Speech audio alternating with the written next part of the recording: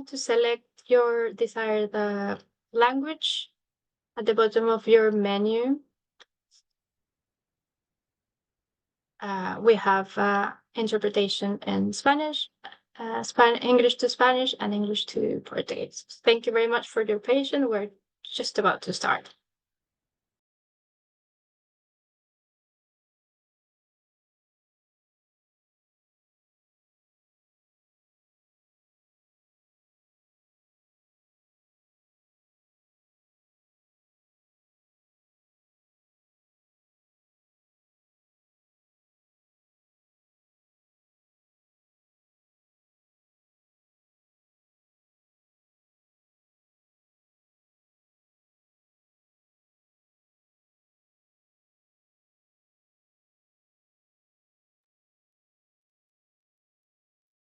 Muy buenos días a todas y a todos.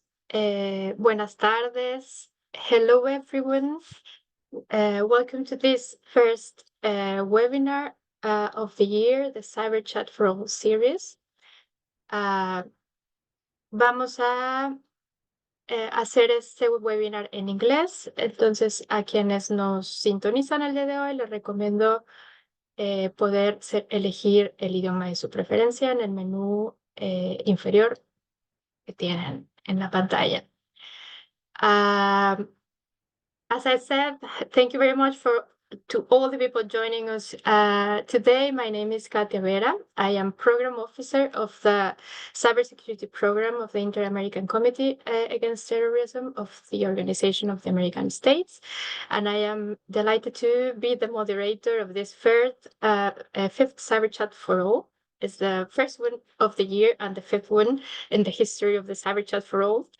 And I'm also very happy to introduce the experts and the panel joining us today. As I said, the webinar today will be conducted in English, but you will be able to select your language, the language of your preference at the menu. There's a button with a globe says interpretation, so you can click over there. I also want to remind people that for the people that it's not the first time joining us today, but also for the ones that are new in the Cyber Chat, that we record this webinar for broadcasting in the upcoming days, which you will be able to join, which you will be able to check in our social media. So please, we invite you to follow us in our social media networks and to subscribe to our mailing list. We will distribute additional information about the panelists and the information that we will review today.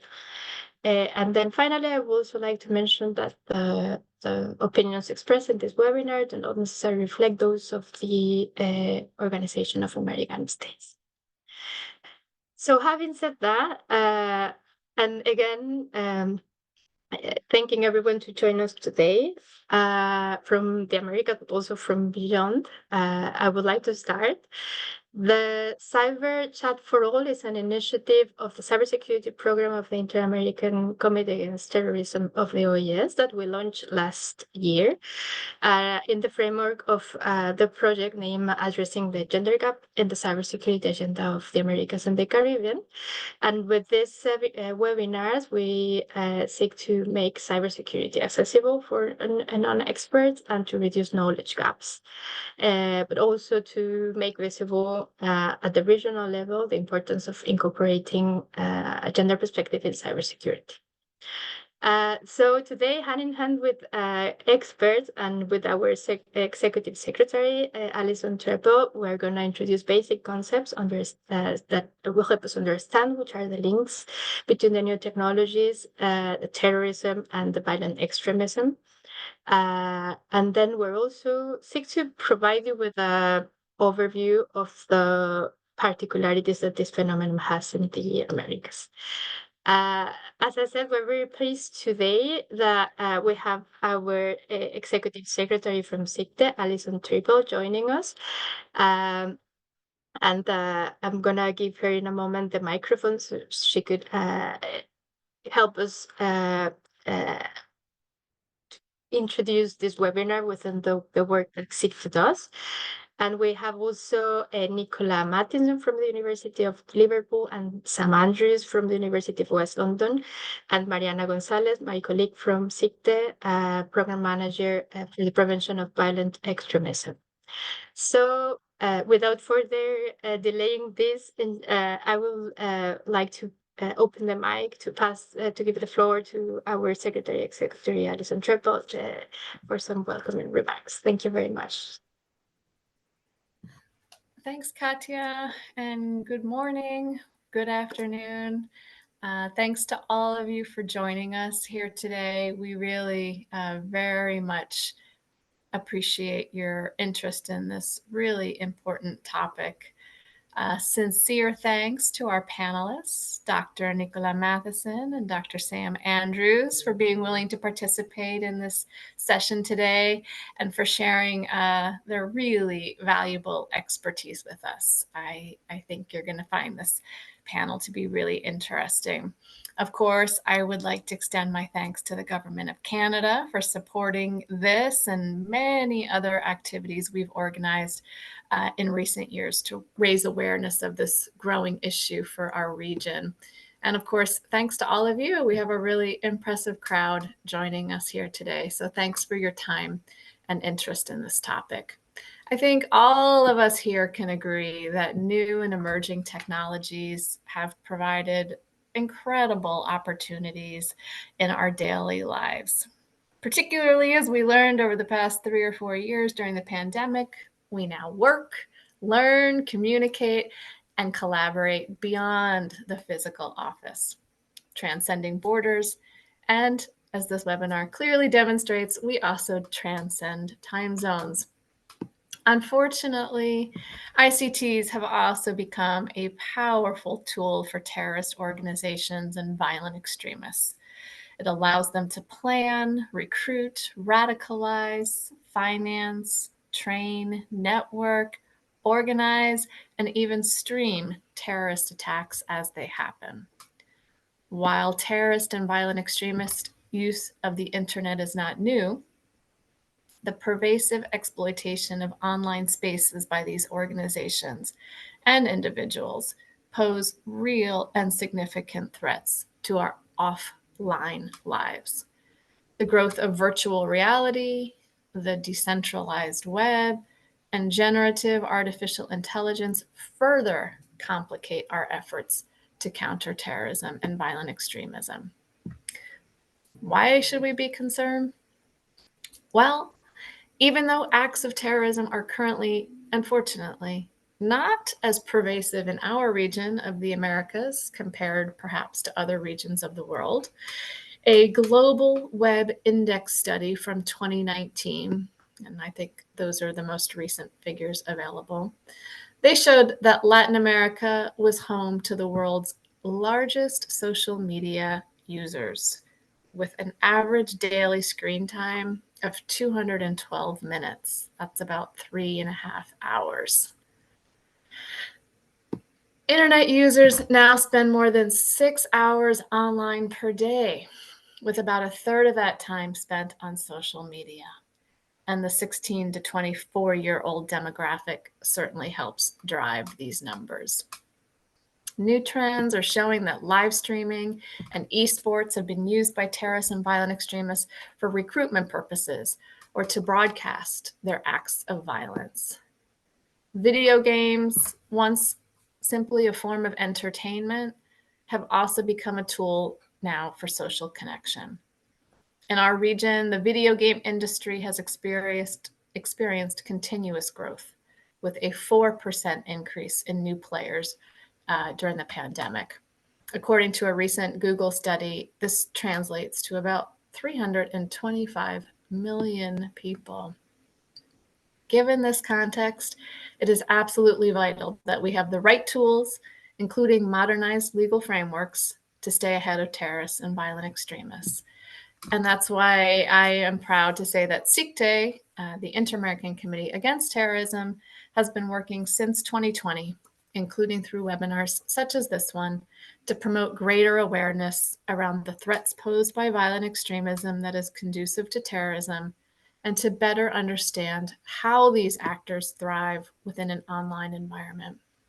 We also seek to better understand the gender dimension behind this phenomena and help ensure that our efforts include rights-based approaches.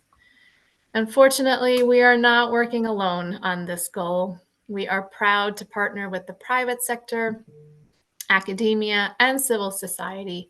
And here I'd like to thank again our friends and colleagues from the University of Liverpool and the University of West London for supporting our efforts here today.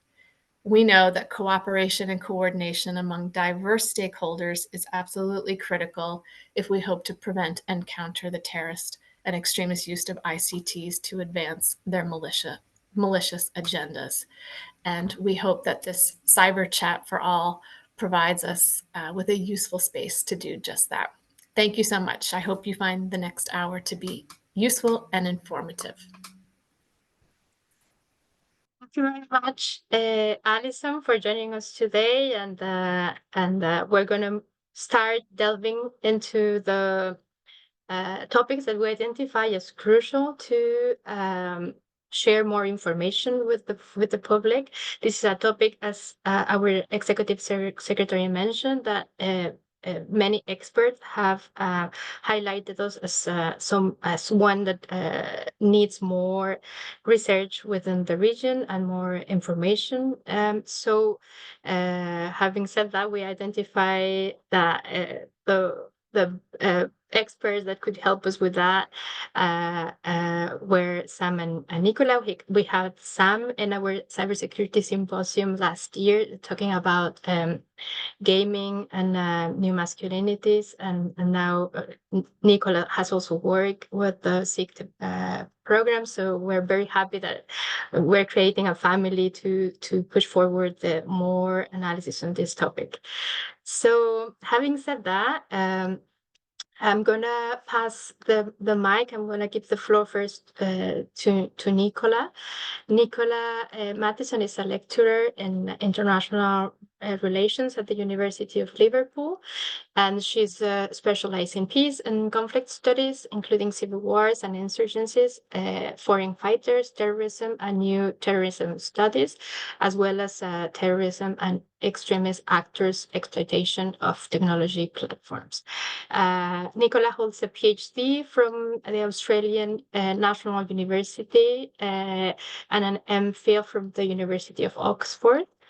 And we would like to ask Nicola if she can explain how terrorism and violent extremism are related to new technologies, and how do we identify, can we prevent and stop their use of terrorism and violent extremism works. And just before giving the floor to Nicola, I just want to let the people know that they can write their questions in the chat, and we are going to do we're going to try to answer them within the chat, and if not, we're going to be in contact afterwards through email. So thank you very much. Nicola, the floor is yours. Thank you so much, Katya, and thank you so much to the SICTO team for inviting me to present today. They're my favorite organization to work with, and it's always a pleasure to catch up and work together. So my name's Dr. Nicola Matheson, and I'm currently a lecturer at the University of Liverpool. But prior to this, I was the research director of the Global Network on Extremism and Technology at King's College London.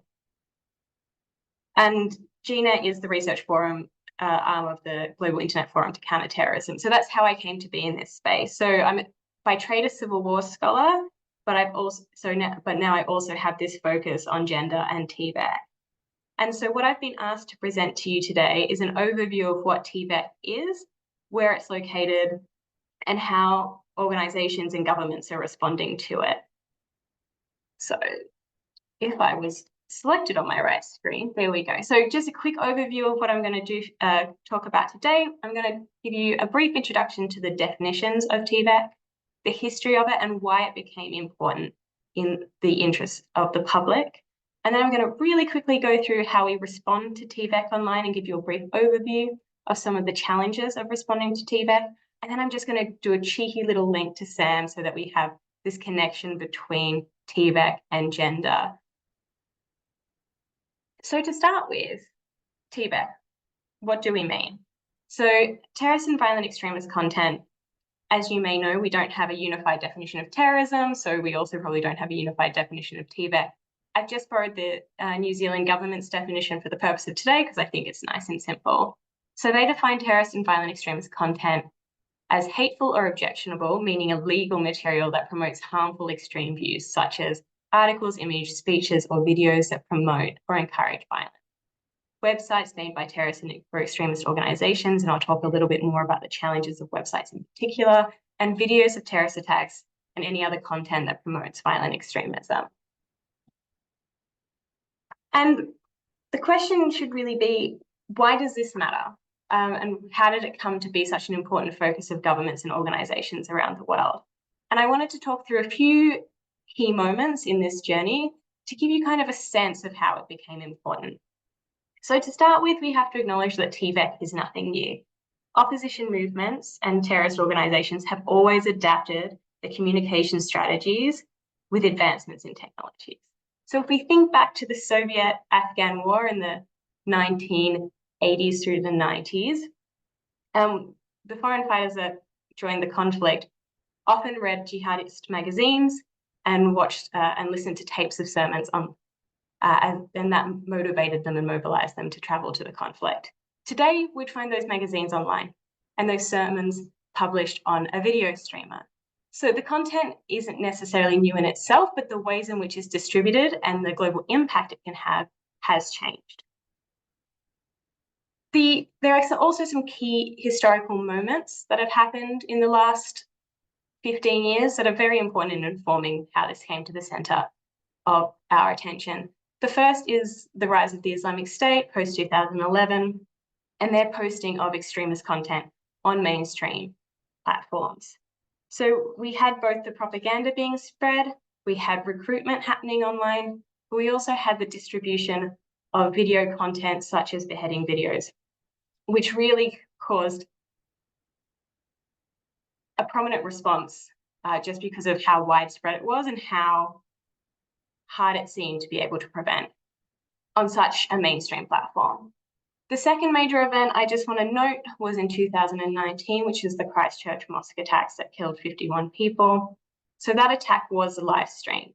And even though the video was removed 12 minutes after the attack ended and the live stream ended, it quickly became a viral video and was spread to platforms far beyond the original platform that it was uploaded.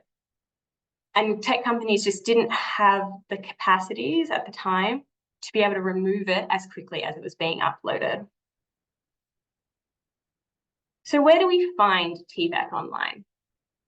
So we have websites and forums. So we have the terrorist and extremist websites that exist. So one of the oldest terrorist websites is a website called Stormfront, which is a white nationalist website in the North Americas.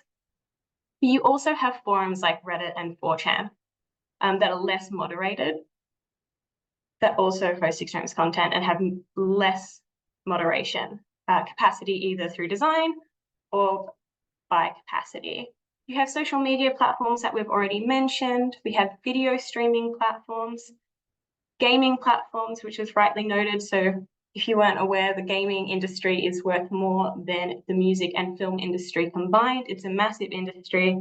And it's not just the games themselves, which have chat functions. They can also be used as a form of training for individuals. You also have dedicated chat servers and forums for gaming as well, which can become a site for sharing extremist content. We have file sharing websites, which are often exploited to host material, messaging apps, and archiving sites. So almost every single application that has an online dimension can be exploited. And there are sites that you wouldn't think that would be exploited, such as Airbnb, but organizations have been known to organize meetups and use their properties as sites to have their events. So it's much more multifaceted than just social media platforms. So what do we do about online violent extremism? I was going to talk through each of these elements in turn, but because there's similar strategies that intersect across them, when we're thinking about responding to TVEC. I'm just going to combine them all into one and then talk about the challenges that we face in this space. So to respond to TVEC, we want to identify it, we want to remove it, and we want to prevent it. And across all three approaches, there are both digital tools and human tools that are used. So all of the major tech companies have terms and conditions surrounding TVEC and its removal from their platforms. So to do so, many of them use algorithms or AI to identify harmful content. So that can be when it's reported by users. It can be automatically detected before it's uploaded. And it can also be to remove it once it's been posted online if they're scanning through. There's also human moderators. So if you report a piece of content that you believe is TVEC and falls under the banner of TVEC, there's also human moderators that check the context of the post and make an adjudication as to whether that is in fact TVEC, and then they can then remove it. There are some bigger initiatives, so it's not just an individual company by company challenge. So there's some bigger collaborative efforts between organizations. So for example, the Global Internet Forum for Countering Terrorism have their hash sharing database where they take the equivalent of a fingerprint of TVEC content. So they're able to identify it and their members are able to find it on their platforms. There are obviously shortcomings with this. Every time the content is changed or altered, we have to re-find that fingerprint and re-upload it.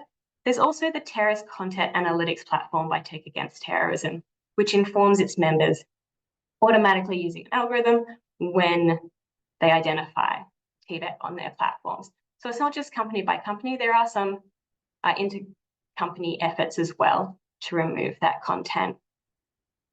But there are also challenges to removing and responding to TVEC. And I'm going to talk through three.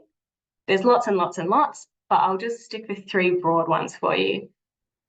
The first is that as tech companies are getting better at identifying and removing TVEC, the terrorists and violent extremists are also learning and adapting to these measures. And so the first kind of behavior we see is an adaptation. So some actors are posting sanitized content on mainstream platforms that include dog whistles or borderline content. I'll talk through those in a second. That is less likely to be removed. And there's also the practice of outlinking. So terrorists and violent extremists posting links on mainstream platforms that lead them to less well-moderated spaces where they can post more extremist content, or websites that aren't moderated. Second, terrorists and violent extremists often migrate to platforms that have less moderation capabilities. So that's either by design, they're places that encourage less regulation, or because they're smaller platforms that don't have the capacity to moderate this content. The second issue is borderline content. So borderline content is sometimes known as awful but lawful content, or legal but harmful. And so this is content that doesn't violate companies' policies, but of borderline. And so examples of this can be memes, symbols, and slogans that act as dog whistles amongst the extremist communities, but in themselves they're not illegal. And a really good example of this is the number 88. So the number 88, if you're using a ham radio, means hugs and kisses, or hugs. But for white nationalists, it means Heil Hitler, right? So there's a number of times in which you would come across the number 88 online when it's not a white nationalist context, right? You could be writing 1988, you could be writing a day, you could be writing someone's age. But there are other contexts in which it's being used by white nationalists and exploited because it is that borderline content. And then finally, we have websites. So terrorist-operated websites constitute a key challenge in the space of responding to TVEC because of the way that they're hosted. So they're not run by a company, they're hosted on servers. So there's very little moderation. And they also fall in this space where there's different legislation or unclear legislation and inconsistent responses from infrastructure providers. So it's very easy for terrorist organizations to post and create websites and replicate them if they're taken down. So this is a continuing challenge in this space. Let's really quickly link it to gender because I know I'm close to my time. So Sam's going to talk to you more about a more specific area when it comes to gender, but I just wanted to highlight the ways in which it intersected with TVEC. And the first is through participation and consuming. We know that women have always had a prominent role in terrorist and violent extremist organizations. They've always been present. And so when it comes to TVEC, they're quite often engaging with and participating in spaces with TVEC content. Women can also create more spaces for participation online that traditional gender roles might not allow them to in the offline space. And we also see the role of gendered narratives around traditional roles for women, anti-feminism, domesticity and homemaking, etc., that provide this specific space for women to participate online. Women are also increasingly seen to be producers of extremist content.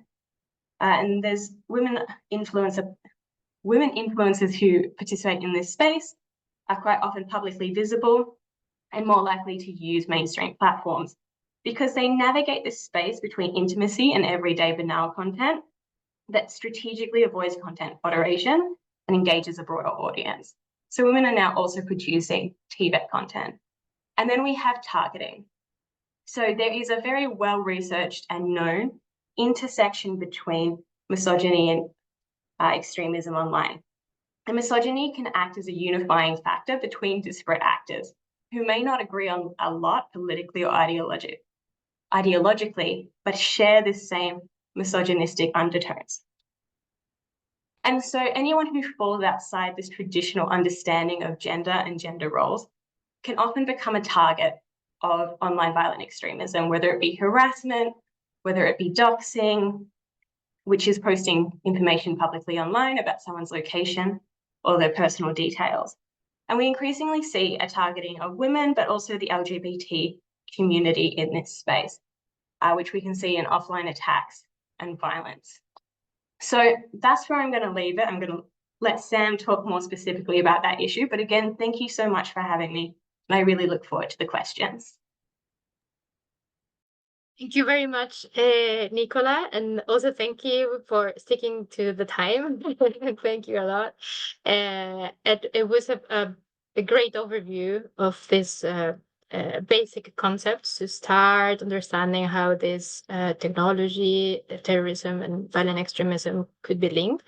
And as Nicola said, we're also seeking to include gender and diversity perspectives while analyzing cyber threats. So we also ask our experts to help us go deeper into this perspective. So having said that, I will introduce now Sam Andrews, our next expert, who will help us understand better how gender and diversity and other identity markers could influence the use of technology for terrorism and violent extremism purposes. Dr. Sam Andrews is a lecturer in criminology at the University of West London, and he specializes in terrorism, extremism, and government counter-terrorism policy. His recent work looks at gender and extremism and how this manifests online, especially in video gaming spaces. And he has advised governments and international organizations and has collaborated with NGOs protecting human rights, both online and offline. And well, Sam will help us then understand how does gender influence radicalization and the use of new technologies for terrorist purposes. So Sam, the floor is yours. Wonderful. Thank you very much. Thank you, Katya. I'll just take a moment to share my screen. Right, and I just want to echo what Nicola said in thanking everyone for having me here, and not only to the OAS, but also everyone who's interested in this subject, because this is one which is probably, as you can tell, of growing importance. And what I was also quite pleased to see, and thank you, Nicola, is that while I'll be talking to you about masculinities in particular and how this might drive radicalization online and how these kind of gender dynamics might lead to extreme behaviors, people joining extreme groups, people joining and participating in terrorist organizations, I don't want anyone to walk away from this presentation and think it's only men, because increasingly these kind of stereotypes do lead us to overlook the role of women in terrorist organizations, the role of women in extremist organizations, and the role of women in supporting these kinds of behaviors. But indeed, what I'll be talking to you about today is that role of masculinity. And it will touch on gender more. Generally, it will touch on the role of women, and it will touch more broadly on kind of sociological perspectives in society. But I'll be looking directly at masculinities. What I'll be doing is I'll give you an introduction first to some developments in the internet, which might help us understand the structural dynamics of these kinds of behaviors before looking at what exactly masculinity is, how it relates to radicalization, how it functions online, and then looking at some examples of that as well before bringing it all together at the end to consider how this might be a social phenomenon that's all linked together. So if we begin, I just want to begin by talking about the internet in and of itself, because we are talking about an infrastructure that structures this behavior. We're talking about masculinities online. We're talking about radical and extreme behavior online. We're talking about behavior within a constrained space. It's a constrained space that we're all fairly familiar with now with, and it's kind of nice that we're all on the internet talking about the internet. But we must be aware that there are constraints within this particular dynamic. Some of you might remember the 1990s when the internet really began to take off. We're talking about what was known as Web 1.0 there. This was a kind of one-way communicative web. You might visit a website, that website would give you information, but typically you would not interact with that website. The information would come from the web to the user, and that user would gather information from that website, but give nothing back. And really, when we're talking about increasing interactions between radicalization and online behaviors, we're talking about from the early 2000s, the invention of Web 2.0, the advent of what we can kind of call the social web. Many of you are probably familiar with Facebook, with Twitter or X as it's now known, and other platforms that perhaps you're familiar with as well include things like Twitch, include things like Discord. At the core of these websites is social interaction. These websites are built to build connections between people.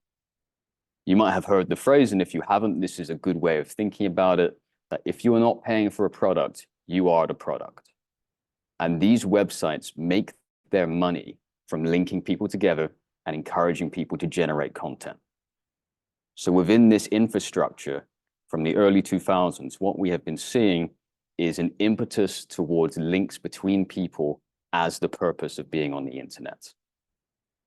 Web 3.0, and talking about Web 3.0 is something which is increasingly becoming common as well. And this is integrating automation, AI, and virtual reality into that Web 2.0 infrastructure, so that these connections also become facilitated by artificial intelligence, and increasing use of VR allows us to become closer.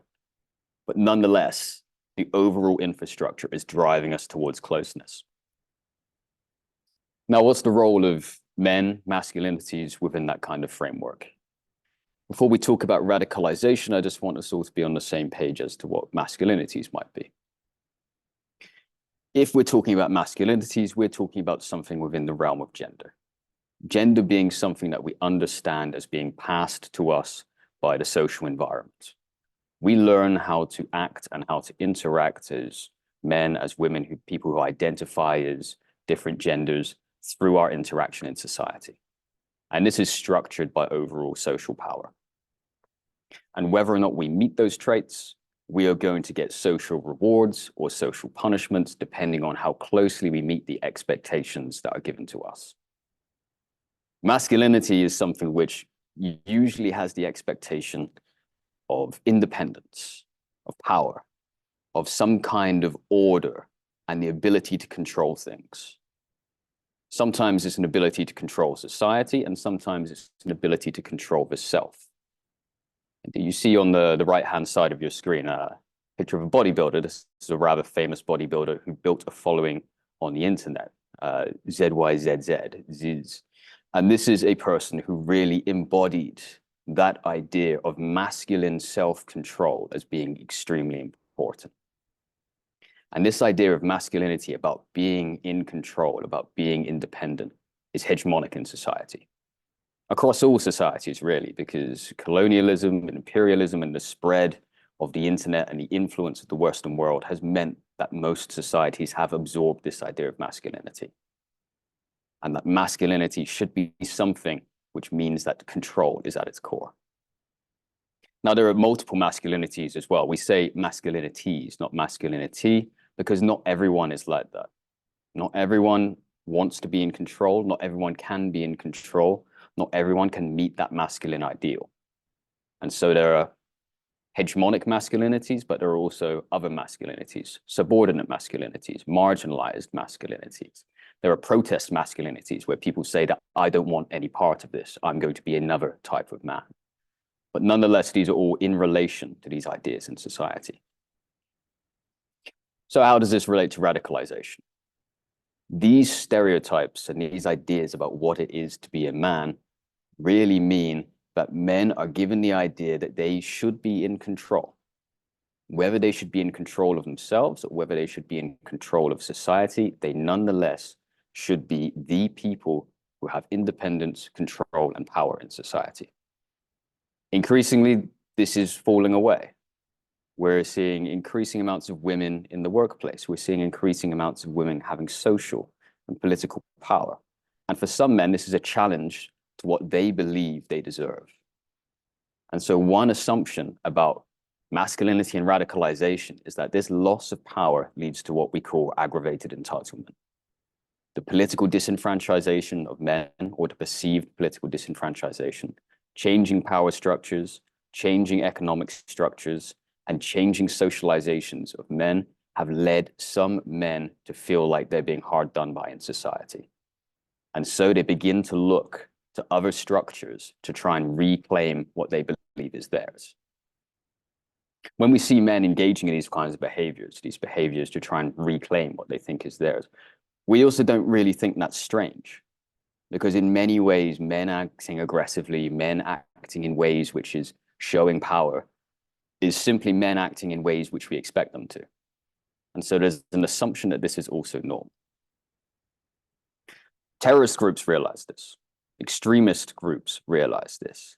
They realize that there is a cohort of men out there who believe they're hard done by in society and will turn to violence to overturn that belief. So it's no surprise if you look at, for instance, Nazi propaganda, which you'll see on the right-hand side, targeting men as people who should be powerful, men as workers, men as producers, men as people who deserve to have power in society.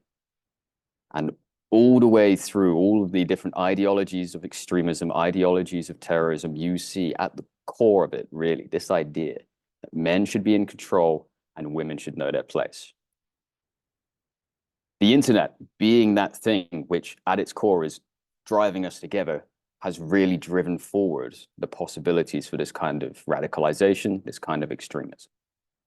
Indeed, as early as 2011, you see Simon saying that there is a fifth wave of terrorism coming. And that fifth wave is driven by social networks which are created online. Now, what's different between social networks created offline and social networks created online? Well, online is a lot easier to create a space to hide. As Nicola was talking about, we can use these practices of outlinks to try and draw people into ever more niche platforms where they can talk about ever more extreme things. But also because the internet structures itself largely around sharing as a profitable thing for large companies, algorithms will also seek people out who have these ideas already. Whereas offline, generally, you need to put in the legwork to find these kinds of extreme groups. You need to engage in some behaviors which might be risky.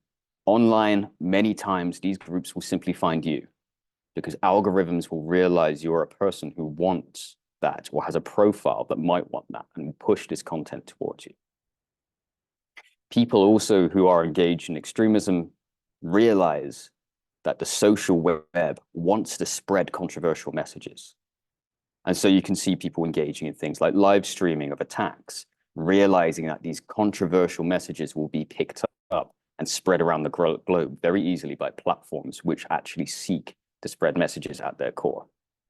And so it's no surprise that, for instance, Facebook in 2021 took action on 7.1 million pieces of information related to dangerous organizations. In the UK, the vast majority of terrorism cases are related in some way to online behaviors. And this is something which is spread around the world as well. But what do these cases actually look like when they're online? Typically, when we're talking about extremism online and masculinities online, you are seeing a number of behaviors, a number of narratives, which are very, very similar across all types of different groups. I'll give some examples of different groups in a moment, but across almost all examples of extremist groups online, you see masculinity at their core. You see expressions of hegemonic masculinity.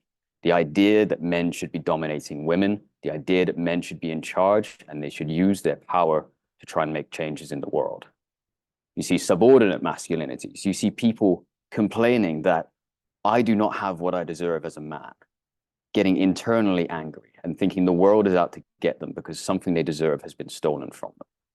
You see misogyny and anti-feminism, blaming women for these changes, blaming women for having taken away the rights of men, what is rightfully theirs. And you see this mixed up with racism and xenophobia as well. It's not just the women, it's also the minorities who have taken away from me as a white man what I deserve. And you see these narratives across all groups. And so, as Nicholas said, misogyny is really something that acts as a binding force between extremist groups. Anti-feminism is something that acts as a binding force. Overall, across all these groups, the idea that men should be at the top is something that is present. But how does this look online, specifically within specific groups? It ranges from seemingly benign identities, which are simply complaining about anti-feminism, engaging in harassing activities online, engaging in anti-social and anti-feminist narratives, all the way down to the very, very violent groups. And at these seemingly benign points, and I say seemingly because, of course, they contribute to anti-feminist narratives, they contribute to violence against women. You see people embodying what you might call these geek masculinity identities. Identities that say men should be able to control and men should be able to create, and men's spaces are those spaces of control. And when women begin to get power in technological spaces, in political spaces, you see men mobilizing together to try to drive them out of platforms. You see this in the video game space, primarily. Men have mobilized in the video game space to try and drive out women who they perceive as being people who are poisoning their identity and poisoning their favorite pastime. And because this is primarily a technological space in which they're working and a technological identity, they are able to network together in ways that they couldn't do offline. So you see things like networked misogyny, people joining together as groups based simply on the hatred of women. You see networked harassment as well, the ability to easily coordinate groups and coordinate attacks onto single actors who men who are aggravated think have caused this kind of negativity and have caused these problems. And these two particular points, network misogyny, network harassment, are things which can drive towards more extreme behaviors as well. It can link up to more extreme and more violent groups, for instance, as well. Perhaps you've heard of incels as an online social grouping. These are generally young men who believe that their right as men is to have sex with women. Their right as men is to control women and have relationships with who they want, when they want. And when they don't receive that, they experience that aggravated entitlement. They experience a kind of mindset that says, it is women and feminism that has prevented me from having these relationships that I want, that have prevented me from having sex with who I want. The culmination of this was really in 2014, where a man named Elliot Rodger killed 6 persons and wounded 14 persons, saying that he was carrying out a day of retribution against men and women who have pleasurable sex lives and have deprived him of sex. He attacked both the men who he saw as depriving him of sex and the women who he saw through their feminist actions of depriving him of his rightful group as a man, or his rightful behavior as a man. They form together on these internet forums, and they spread because of this joined misogyny as well. And they produce things, not only texts and narratives, but also memes, which allow them to further share their ideologies and further network with each other. You see on the right-hand side a meme produced about Elliot Rodger, depicting him as a saint, depicting him indeed as someone who has self-control, someone who is acting, someone who is taking control of the wrongs that have been committed against him and upturning. This, again, is something which very much uses misogyny as a kind of binding force between disparate people. If you look at studies of incels, you find that they're not just right-wing men, as we might expect, but they come from across the ideological spectrum, and they're joined together by this hatred of women. They do also have, unsurprisingly, a largely segregated forum culture. When you find them online, they do not generally allow women into their spaces, because this is an ideology that has the hatred of women at its core. Attackers who are growing tend to be very, very individualistic. This is not necessarily an organized group, but rather it's a cohesive ideology about hating women. These forums, you find people most of the time talking about lifestyle choices, talking about mental health issues, talking about employment issues, and then occasionally an individual erupts into a violent outburst. But this also very much dovetails with much, much more violent groups, such as far-right groups and nationalist groups, who also network online and use the networking capabilities of the internet to draw in people who they think might be interested. And you see, again, at the core of their ideologies, not just the idea that men should be in control, men can be in control, men should be at the heart of politics and men should be at the heart of society, but also the fact that they believe that they are not because of minorities and because of feminism. And so you see texts like this produced by Matt Forney, and apologies if anyone is offended by this text, but it's important to really know what they're saying. He says that women are herd creatures who are unimportant to the men who will make history. Attempting to convince such flighty creatures to join the alt-right with logical arguments is like begging escaped inmates to pretty please come back to the asylum. Every feminist deep down wants nothing more than a rapist's baby in her belly. So they genuinely believe that women should be controlled and a better society can be created when men uphold that inherent right that they have to be at the top of society.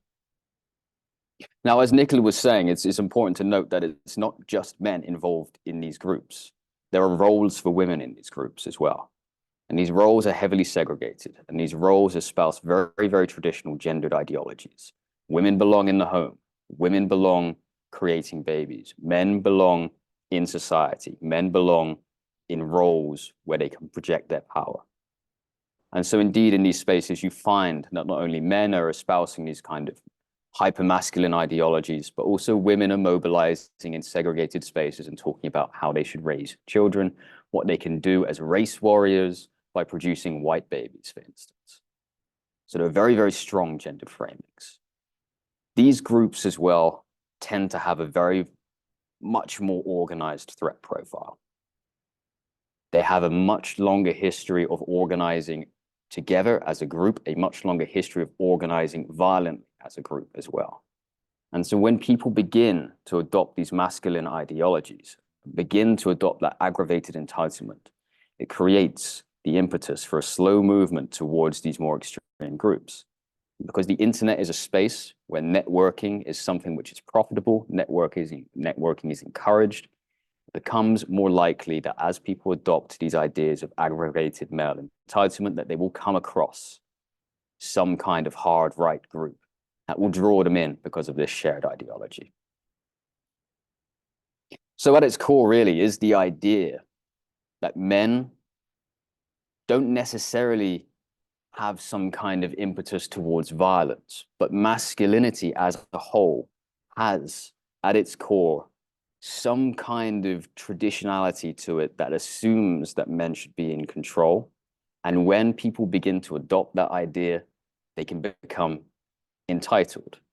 And when they can't fulfill that entitlement, they become aggravated. and that exposes them, that makes them vulnerable to groups which can then use the networking powers of the internet to draw them in more. What this means as well is that not only do we have to look at these groups and masculinities as an analysis for understanding how people get involved in groups, but also just as a close, we can begin to understand how people get targeted and why people get targeted as well.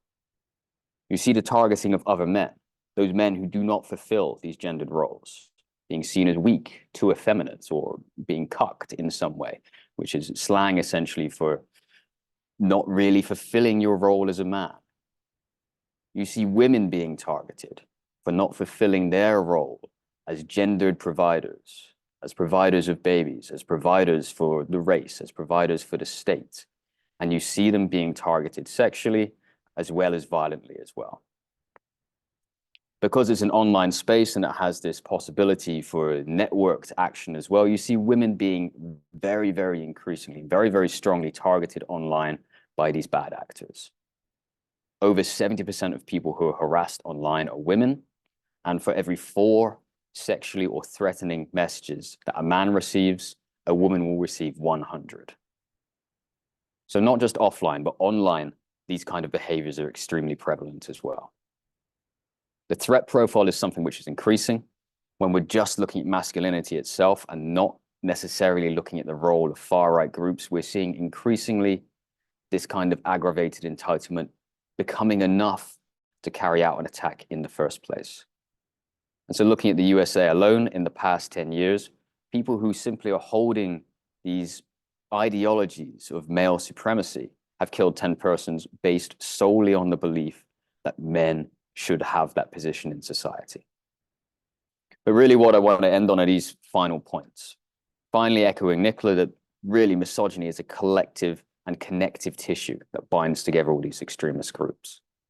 Gender itself, not just looking at masculinity, is something which is a key formulation in all extremist messages as well. They're not just drawing on men and telling men how to behave, but also creating and reforming roles for women within these groups too.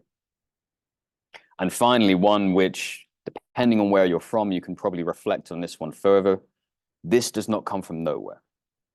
All of this is a reflection of patriarchal cultures. All of this is a reflection of the belief and the history that men have been on top previously. And aggravated entitlement draws on that history. It draws on the fact that previously, in the past 50 years, in the past 100 years, men have been the ones who've controlled politics and society. And those changes are things which have driven people towards aggravated entitlement. Yes, those changes are good, yes, but we all need to reflect and consider how we can continue to protect women within these spaces if this is how some people are going to react. That's all for me. I want to thank everyone again, and if you want to talk to me further, I'll be very happy to talk to you. Thank you very much, Sam. I think the challenge here is to transmit this information, which could be very dense, into a more simple message. And I have to say thank you to you and to Nicola to guide us to understand better how gender identities are interlinked. This idea of the aggravated entitlement, I think it's crucial, but also the binding force that we are sometimes not considering when developing policies to counter extremism and violent extremism and terrorism. And that's why precisely we are joining forces with Mariana Gonzalez within SICTE. Mariana Gonzalez Camper is a program manager for the prevention of violent extremism of the Inter-American Committee Against Terrorism of the OAS. And where we understood that the work has to be done at the regional level to disseminate more information, more tailored information on these key drivers of terrorism and violent extremism online. So thank you very much, Mariana. I'm gonna now open the floor for you, so you can explain to us what is SIGTE doing within the field, which were the core ideas that you had when you proposed this webinar, and well, like a regional overview of what is happening in the region to try to settle this valuable information that Sam and Nicola gave us today. We're also distributing a tiny survey that you will be able to see in your screen, just to identify how useful is the information that we're providing you today. Well, having said that, because I know that we are running a little bit late, and today let me introduce Mariana González Campbell. As I said, is program manager at SIGTE, and she worked before at the Ministry of Foreign Affairs of Mexico, where she served as Deputy Director for Peacekeeping and International Security in the Office of the UN, where she was in charge of multilateral cooperation against terrorism and implementation of UN sanctions regimes. And she holds a bachelor's degree in international relationships and a master's degree in international studies from Tec de Monterrey, and also a master's degree in terrorism, security, and society from King's College, London University. So I'm gonna ask Mariana to help us understand what is happening in the region, no, and how the technologies are being used, if they are, for terrorist purposes in the Americas, and what is being done on the topic, and how can we put this information to frame the information that Sam and Nicola gave us within the policies developed at the regional level. So, Mariana, it's yours. Thank you, Katia, and thank you, Sam and Nicola, for your very interesting and insightful presentations on this issue. I want to thank, on behalf of the SIGTE Secretariat, you for being here, to our attendants for being here today, and I also want to thank the cybersecurity team for including the PVE program in this very important initiative. I don't want to repeat what Sam and Nicola have said. We know the benefits of the internet are numerous, as Allison has said as well. We can now do a lot of things online. We can teach classes, we can have meetings, we can work, we can cooperate online. But unfortunately, this same technology is also being used for malicious purposes.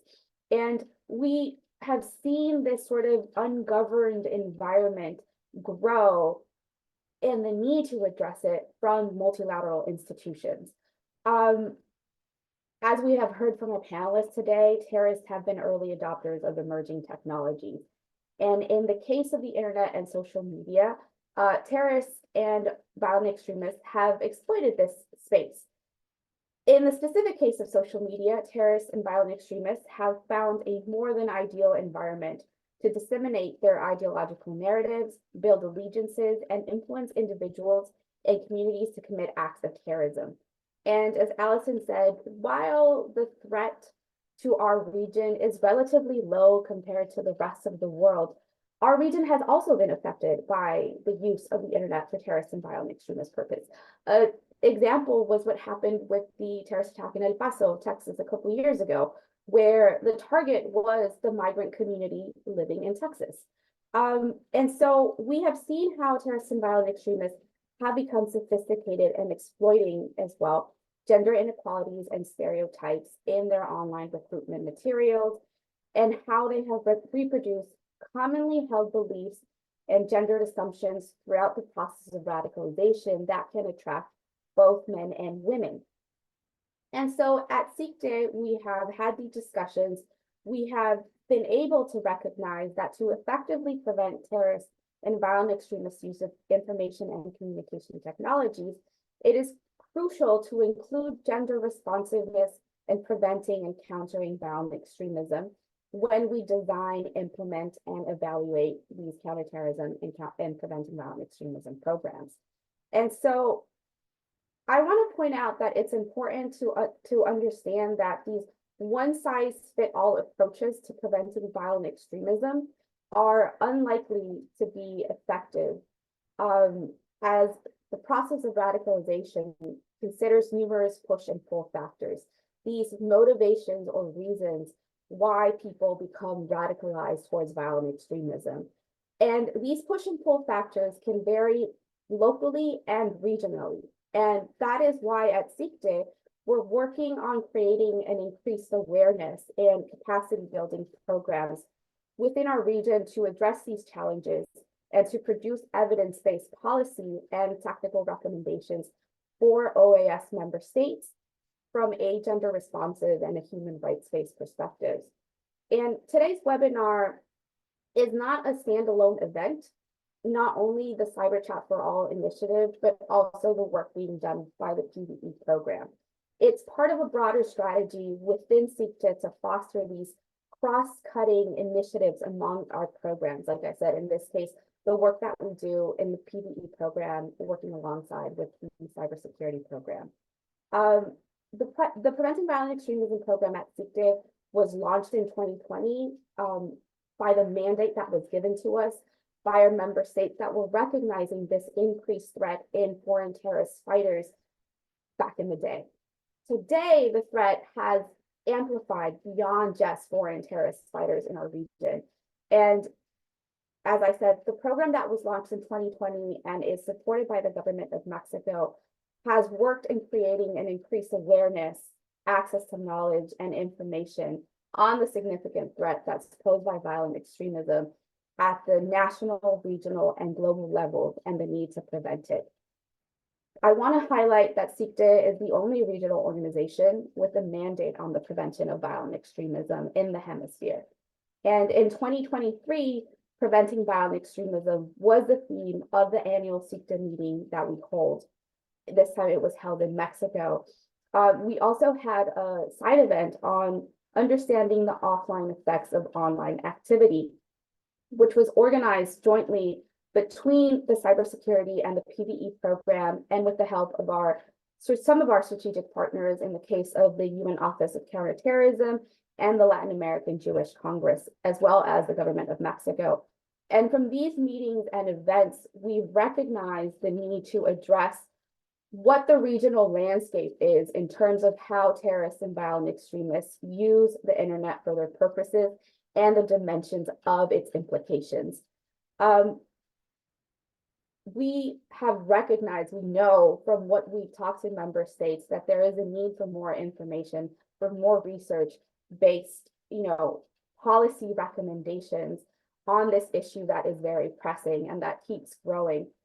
And so we believe at SICTE in the importance of fostering these partnerships, not only between programs, but also with our strategic partners at the UN, with academia, with civil society, with the tech sector, so that we are better equipped to tackle these many dimensions of preventing and countering terrorism and violent extremism, but also the cybersecurity dimensions that are connected with it. And we know that there is a lot of work that has to be done to address this threat posed by terrorist and violent extremist use of the internet. But activities such as the one today is an important step in ensuring digital literacy and resilience, which is something that we're working towards very urgently within the PVE program. And so it's a very brief explanation so that I can give time for questions and answers. But thank you once again. Thank you very much, Marianne. And then, as you said, I think we agreed that before making recommendations, we need to understand better how this is evolving in the region.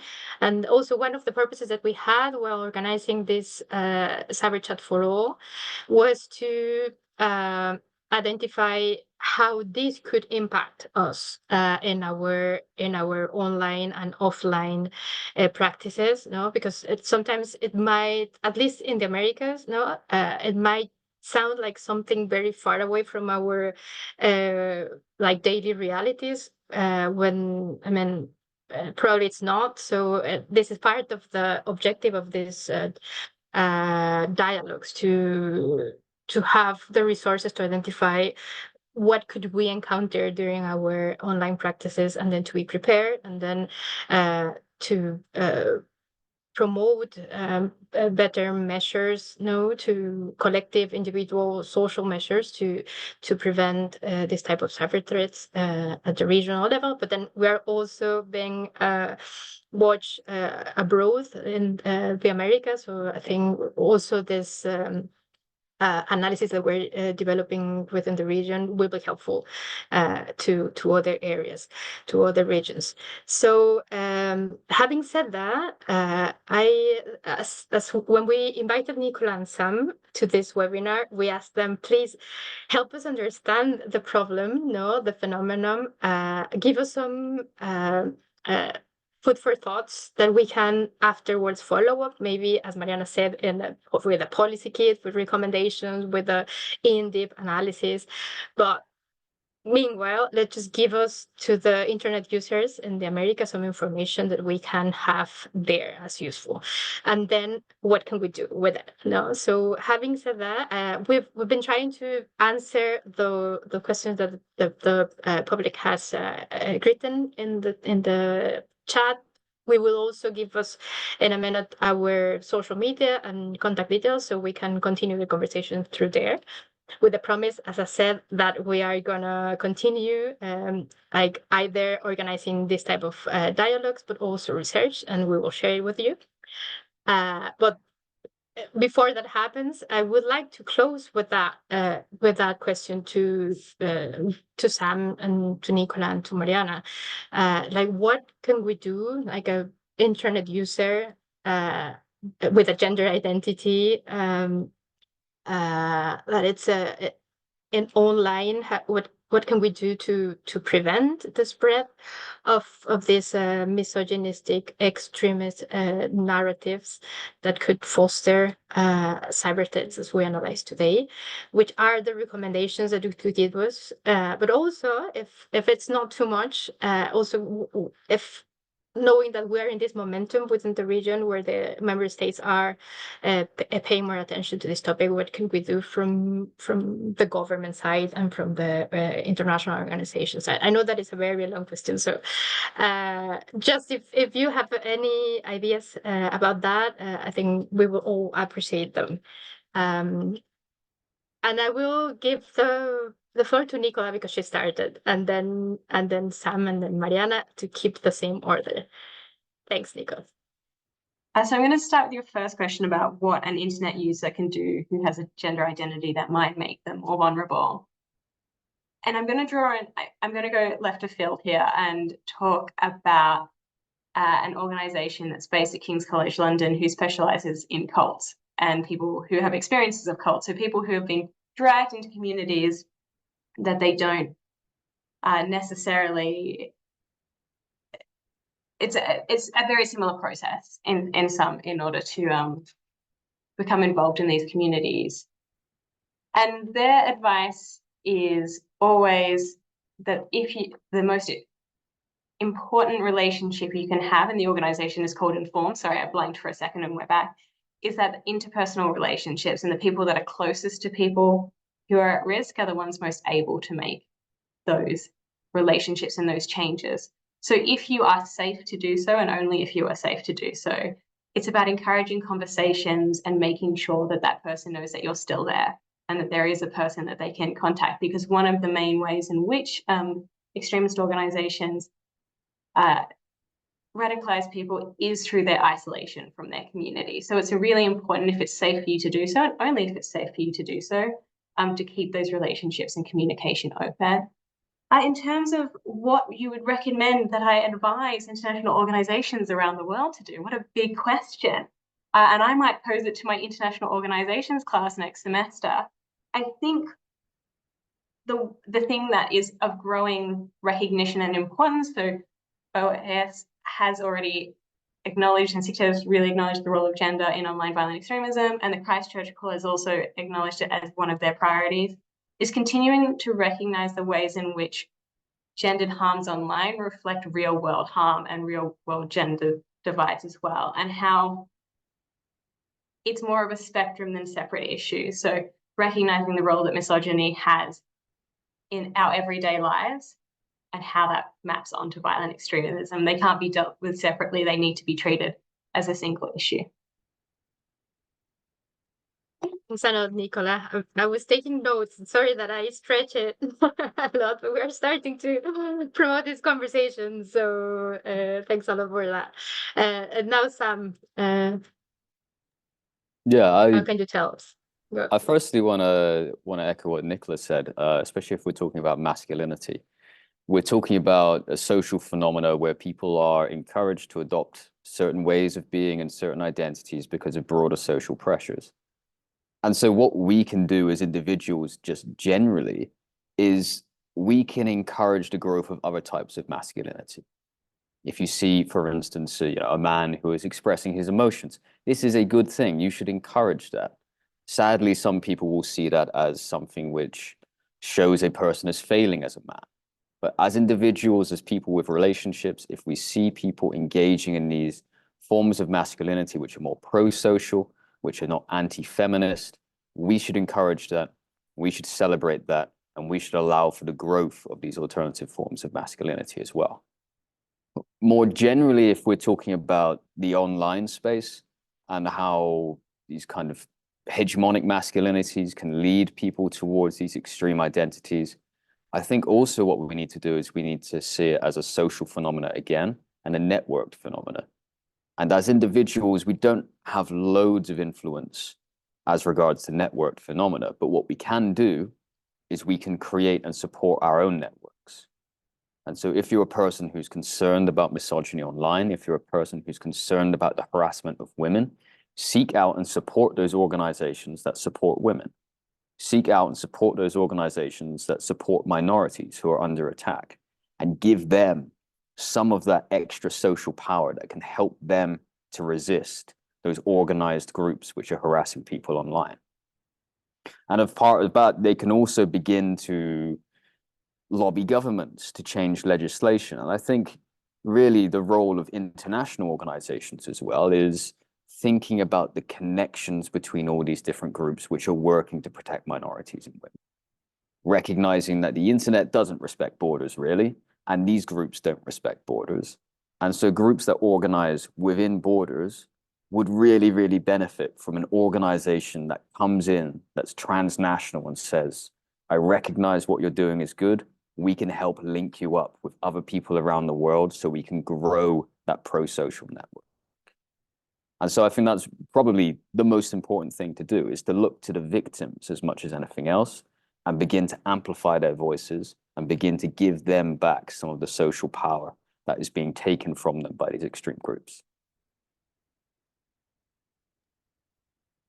Thanks a lot, Sam, and really looking forward to continue analyzing how this is happening within the region with you and Nicola. So thank you. I also took notes. I think Mariana too. I will also invite Mariana to say a last reflection and message linked to this question. What can we do? Thank you, Katya. And I'm going to sort of plug the work that we're doing with the PVE program, jointly with the cybersecurity program, in that, a lot of the work that we do is based and is structured around what the UN Secretary General recommended in his plan of action to prevent violent extremism. One of those recommendations is that member states create their own plans of action to prevent violent extremism. And within these plans of action to prevent violent extremism, there is a very important element of digital literacy. And as an international organization, I think it's critical that we work with governments in plugging digital literacy, this ability to use, understand, and navigate digital technologies effectively and safely. They're not going away.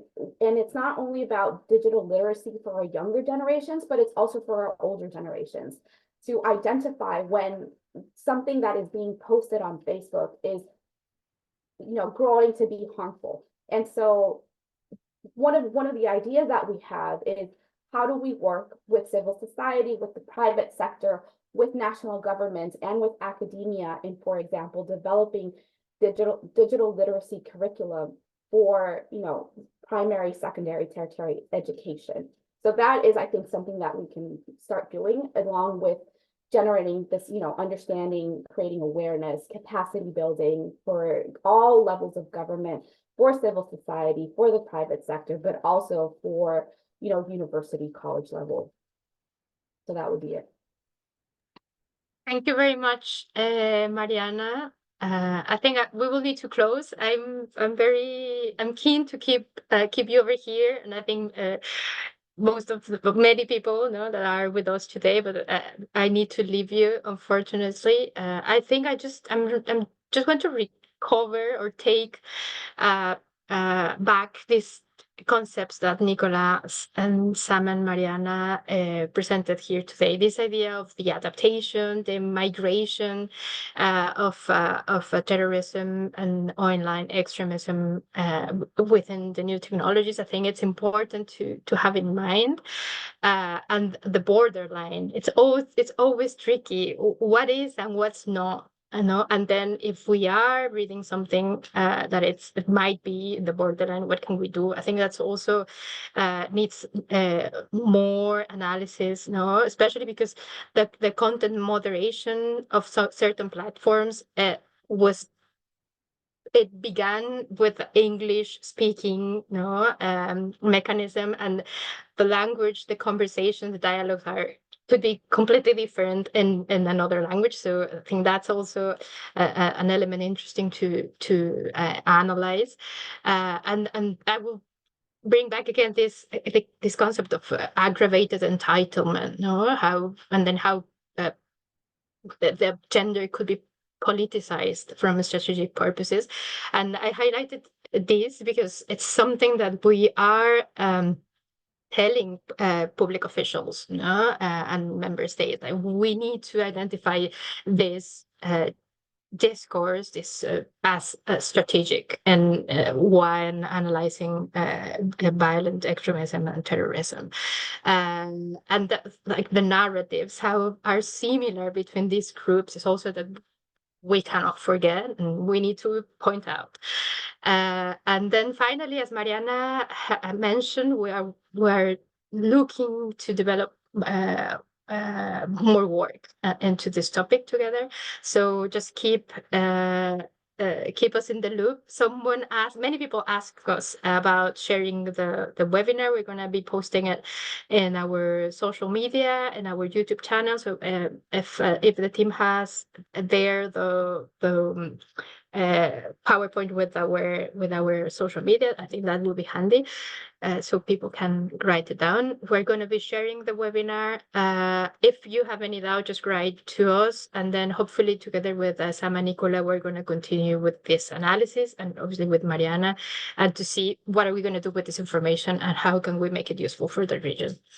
Having said that, now I'm going to stop before the half past. And thank you very much for everyone for your knowledge, for sharing your recommendations, for your interest, Mariana, for helping us in the organization of this first webinar of the year, the team, Mariana and Valentina, Mabel, that are there, and obviously Sam and Nicola.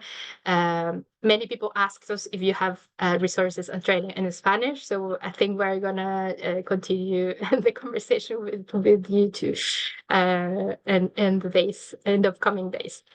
Having said that, thank you very much. Have a very nice week.